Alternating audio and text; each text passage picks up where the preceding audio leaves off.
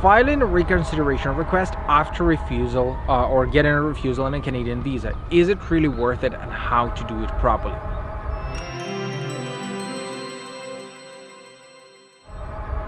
In the recent days, weeks, I would say in the recent month probably, we were receiving multiple requests from applicants, or multiple emails if you will, from applicants who were telling us that they have received a refusal in a Canadian temporary visa, and afterwards they were filing a reconsideration request by themselves, and after this request was refused, they're coming to us asking us to help them rectify the situation.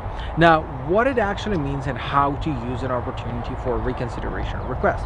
Let's start with the basics. Right? If your application for a Canadian visa was refused and you're looking to change the situation for the better, you have to look into the core and understand what was happening with your case and why, in the nutshell, it was refused. So the boilerplate which you received from Canadian immigration authorities mentioned in several articles in Canadian immigration legislation would not usually help you out to determine what was going wrong, right?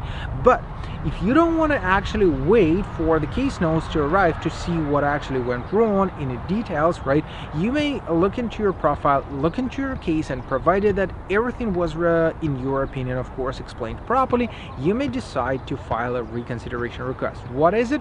It's a request to Canadian immigration authorities to reconsider the outcome of your case, provided that, again, the case is perfect, provided it's very straightforward, provided that a few additional documents may clarify it just a little bit. Of course, not change it dramatically, but clarify it just a little bit, right? And then there is the possibility that another officer would look at this case and in fact resolve it in favor of yours. Now, what many applicants are doing instead, they are actually filing this request without understanding what the hell they're doing, right? They're actually filing their request explaining to officers that going to Canada was the dream of their life, right? You have invested so much time and efforts into going and studying in Canada, and on and on and on. Your family would be disappointed if you're still refused, and your whole life would be in jeopardy because of this, which has absolutely nothing to do with Canadian immigration laws, procedures, and policies, which are, of course, governing how officers are considering the application. It's very, very straightforward whether or not the decision should be in favor of yours, right? Now, if you're making this step, and if you're looking to actually file this reconsideration request, you have to understand how to do it properly, right? The whole reason of actually going there is not just to direct the case in an opposite way, right? The whole case here is to submit additional documents which may later on help you out going to federal court. Say officers are not ruling the case in your favor, but you're still determined that they may not actually consider your case properly, they may not understood your case properly, and in fact they should rule the case in your favor. There was a mistake for them processing your application. What could you do in this case?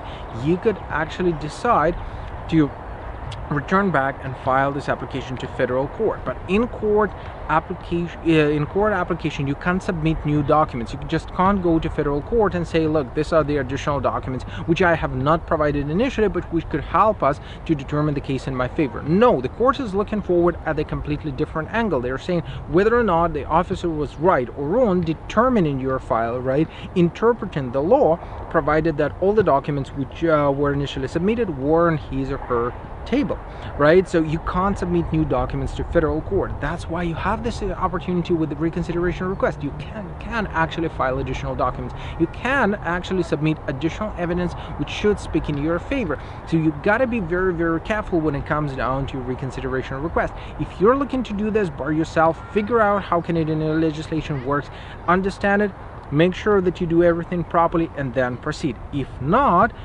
make sure that you're using professionals who can do this on behalf of yours, right? And feel free to drop us a line. We'd be more than glad to represent you and help you out to work on your case after it was refused.